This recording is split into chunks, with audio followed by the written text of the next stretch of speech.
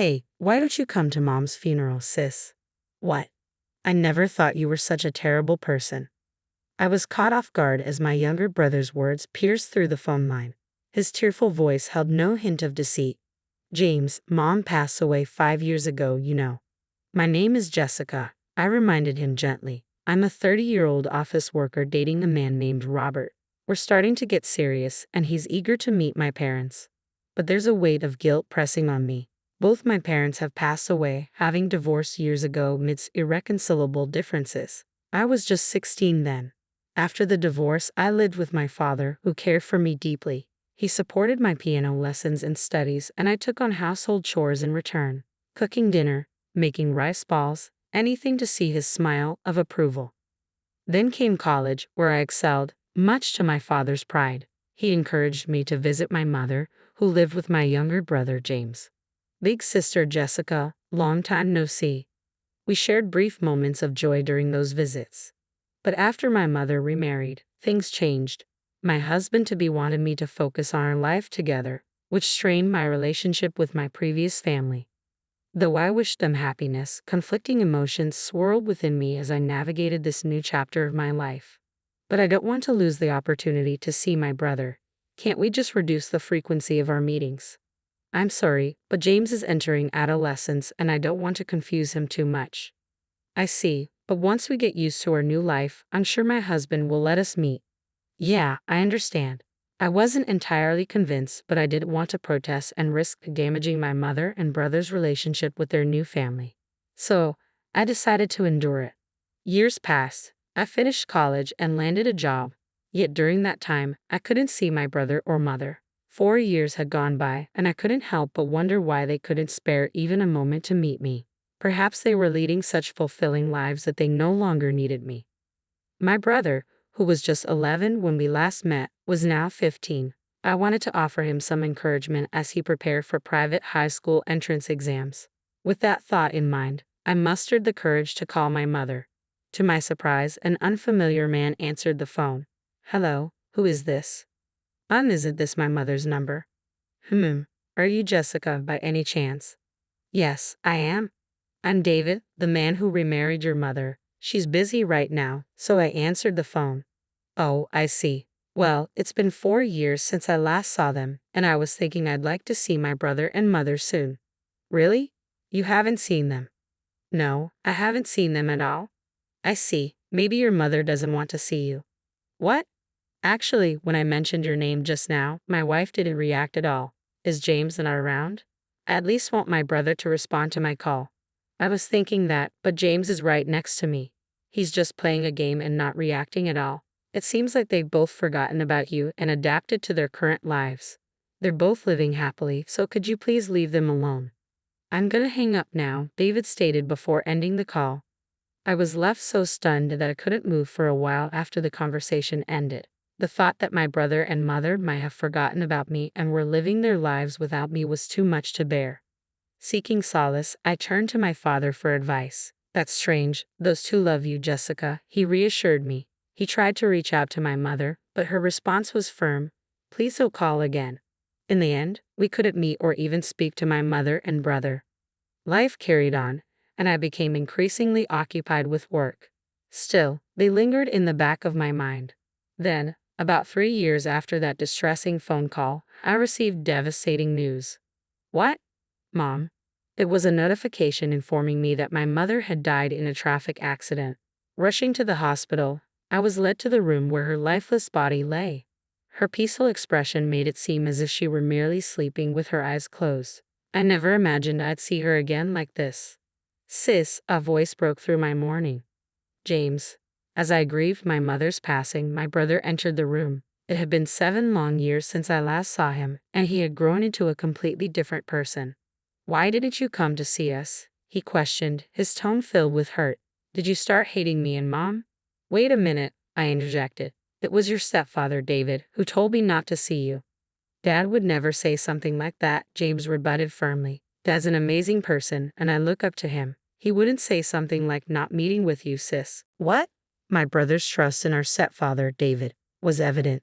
They must have developed a strong bond over the past 7 years. Then, a man who seemed to be David arrived. "Hi, it's our first time meeting in person, isn't it?" he greeted. "Hello." David appeared to be in his early 50s with a determined air about him, as if he could accomplish anything. Despite encountering various company employees in my line of work, he struck me as somewhat cunning. "I'm really shocked that my wife passed away so suddenly.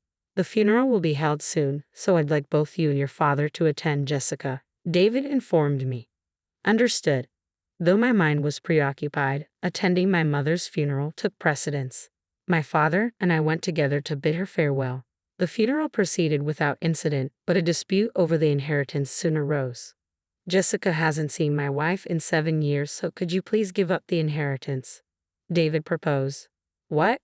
Wait a minute," I interjected. "Wasn't it David who didn't let me see her?" "Sis, are you still saying that? How many times do I have to explain that Dad would never do that?" James countered. No matter how desperately I pleaded, my brother wouldn't believe me. "Oh dear, it seems I've become the villain here," David remarked. "Dad's not wrong. Sis is just saying weird things," James asserted. "Sis, I don't really understand inheritance, but will you give it up?" he pressed. "What? I should at least receive the minimum inheritance, right? What would Mom think if she saw you being so greedy about money?" I retorted, feeling as though David treated me as if I were money-grubbing. At this point, my father intervened. "Wait a minute, my daughter is only claiming her rightful share. Stop making such accusations." Thanks to my father's words, David fell silent. "No matter what you say, I'll make sure my daughter gets at least the minimum inheritance." "What's this? Are you and Sis conspiring to make things difficult for us?" David challenged. "That's not the case. This is just a claim of rights," my father clarified.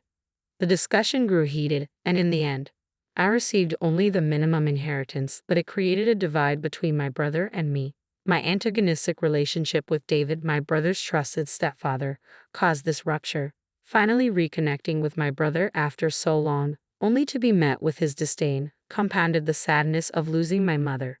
As if that weren't enough, more misfortune followed. My father was diagnosed with cancer, given only 1 more year to live. It felt like an onslaught of crushing blows, leaving me asking, "Why is this happening to me?" I spiraled into negativity.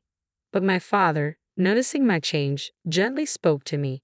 "Jessica, everyone dies someday. It's not something we can control. I've been happy living with you all this time, and I intend to enjoy the time I have left to the fullest." Dad? In the time that remained, we went on trips and did everything he wanted to do. When he passed away, I was left with an unbearable pain from losing both of my beloved parents. Yet my father's last words echoed in my mind: "Look forward and enjoy every moment of life." With his words as my guide, I wiped away my tears and chose to move forward. At my father's funeral, my brother arrived, accompanied by David. This presence fueled my brother's aggression towards me, his focus solely on my father's inheritance. "Sis, you forcibly took part of Mom's inheritance, so I'm definitely taking Dad's inheritance," he asserted. I didn't want to engage in further conflict or hostility, so I quietly agreed. "Yes, of course, I was planning to give it to you anyway," I responded calmly, making arrangements for the inheritance to be transferred to my brother. Since then, I haven't seen or heard from my brother. It felt awkward reaching out to him, and years passed by. Eventually, I met Robert through a friend's introduction. As our relationship progressed towards marriage, I decided to disclose everything to him about the loss of both my parents and the strained relationship with my only sibling, my brother. Despite knowing all this, Robert still wanted to marry me, and I found myself falling in love with him. As our courtship continued smoothly and we received a marriage proposal, I felt like I was on top of the world. But then, in a sudden twist, I received a call from my brother. "Hello, James," I greeted, surprised and elated to hear from him after so long. "What's up?" "Oh, speaking of which, I have something to tell you too." However, before I could say anything, my brother interrupted me with an accusation that left me bewildered. "Sis, why didn't you come to Mom's funeral? I never thought you were such a terrible person," he said, his voice trembling with emotion. "What? I don't think my sister was such a terrible person," I responded, utterly confused by his sudden accusation over the phone. "What's going on? Why are you saying something so nonsensical all of a sudden?" "Nonsensical? Mom's dead, you know," he retorted, his voice filled with anguish. "Wait, James, calm down. I urged, struggling to make sense of the situation. How can I calm down? Was this some kind of cruel joke? He questioned, his voice breaking. No, it was too harsh for that, I realized, feeling the weight of the truth in my brother's sobbing voice. I took a deep breath, steadying myself before addressing my brother James. James, Mom died 5 years ago. I began slowly, expecting him to understand. But his response shocked me to the core. What are you talking about? Mom didn't die back then. What? What are you saying? You saw Mom's body too, didn't you? We even had the funeral, I countered, confusion clouding my thoughts. His insistence only added to my bewilderment. No, Mom was alive. I lived with her for about 3 years after that. What? What do you mean? James's voice trembled with disbelief. So, I was living with Mom, I tried to explain, struggling to grasp the situation myself. It's best to go along with the story at times like this, I reasoned, trying to make sense of the apparent disconnect. Yes, but they said she would die soon without an offering. I gave all the money I earned as an offering, James confessed, his voice heavy with regret. Suddenly, it dawned on me that my brother had been deceived. What? At that moment, I realized that my brother had been deceived, but the offering wasn't enough, and Mom died. James, can you introduce me to the person you've been making offerings to? I asked urgently, wanting to understand the full extent of the deception. Of course, you should be saved too, sis, he responded earnestly, leading me to the person who had supposedly rescued Mom. Later, as we entered the office building where counseling was conducted, I felt a sense of unease. Teacher, my brother called out as we stepped into the private office. And there, to my astonishment, was David. Wait a minute, you're the one who remarried my mother and became James's stepfather, right? Why is James calling you teacher? I demanded, my confusion growing. James and I have a patient-teacher relationship, David explained calmly, though his presence only fueled my suspicion. What? No, you live with James, right? James even called you Dad, I protested, struggling to comprehend the situation. Sis, what are you talking about? David is a counselor. Dad died 3 years ago, remember? James interjected, his voice tinged with concern. Wait, David, are you brainwashing James? I accused, unable to shake off the feeling of dread creeping over me. What are you talking about? I've just been listening to him. Before that, I was counseling his mother, David clarified, though his explanation did little to alleviate my growing unease. What? You deceived my mother too, I accused, feeling a surge of anger and betrayal. Sis, don't say such terrible things like deceived, James pleaded, his expression torn between confusion and distress. Jessica seems quite confused. Well, it's understandable. Losing both parents can often lead to mental illness. David interjected, his tone patronizing. What are you talking about? You've unconsciously put a stopper in your mind to avoid facing reality. You're suppressing the grief of losing your parents, he concluded, his words sending a chill down my spine. I can help you release it. Stop it. I'm already looking forward and living my life. Really? Aren't you just enduring it? I'm not enduring anything. It's better not to force yourself. If you do as I say, your heart will feel much lighter. Really? Really? James became cheerful that way too, so why not entrust yourself to me? Yes, please. Good girl. Now, sit here and think about your mom and dad. When I place my hands on your head, the sad feelings will magically disappear. How about it? Do you feel lighter? No, I don't feel any lighter. I see. Maybe it's because the offering is 0, so there is not enough power. What? If you really want to get better, you have to make a lot of offerings. Is that so? Yeah, so let's start with an offering of $1,000. $1,000? That's still not enough to be completely healed. You need to make more and more offerings. Is that so? James made offerings too, right? Yes, he's been making offerings ever since he graduated from high school and started working. That's how he was able to find his mother and regain happy days. But the offering stopped at one point, and his mother really died this time. So, he's reflecting on that and increasing his offerings to be saved. I see. I called out towards the entrance. That's how it is, Robert. As I said that, the door to the room opened, and my fiancé, Robert, walked in. Who exactly are you? David asked, with a suspicious look at Robert, who then handed David his business card. I'm a lawyer. I've been listening to your conversation, and it seems you've been brainwashing James and swindling a large sum of money from him. A lawyer? He's also my fiancé, and we're going to sue you and recover the money. As I said that, David momentarily looked flustered, but then snorted and retorted, I thought you'd say something like that. James was saved by me. There's no fact that I deceived him. I was just providing legitimate counseling, right, James? David asked my brother with a triumphant look on his face. My brother glanced at us and then said, I was deceived by you and forced to contribute a large sum of money. You, James. David's eyes widened at my brother's statement. It seems your brother intends to sue you. Wait, this must be some mistake, right, James? I saved you. Are you going to betray me like this? Teacher, I do think that thanks to you, both my mother and I felt relieved many times. But it's also true that you were gradually brainwashing us, right? In fact, I became unable to make sound judgments because of you. You brought a woman who looked like my mother and made me believe that she was actually alive. And then, you instilled fear that she would die if I didn't make offerings.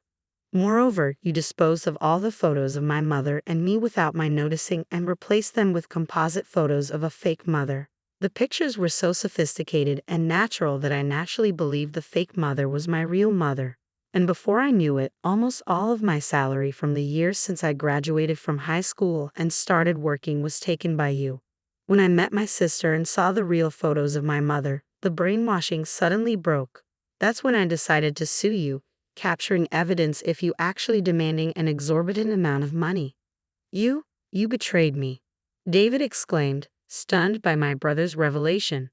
Don't mess with me. You're the one who kept swindling money from me and my mother. You brainwashed us, telling us not to meet my sister and even made us lie that you were our stepfather. My mother died without seeing my sister for years. I'll not only get back the money you took from me but also the money you took from my mother. You've sucked money from us and enjoyed yourself. Now suffer misfortune. My brother angrily confronted David with such intensity that David stumbled back in surprise. Then we'll see you in court, Robert said, and we left the scene. After that, James sued David under Robert's legal representation. David was ordered to pay back the total amount of $300,000 that he had swindled from my brother and mother. Not only was David ordered to pay compensation, but his outrageous fraudulence became known to his previous patients and their families, and he seems to be in serious trouble due to lawsuits and compensation claims from many people. He had been doing as he pleased for so long that he deserved to be punished. I realized that our relationship had been strained because of the brainwashing, and with everything resolved, the resentment between my brother and me disappeared. My brother also attended my wedding with Robert. I hadn't seen my brother for many years because of David, but now I want to fill that gap by regularly meeting and getting along well with my only sibling.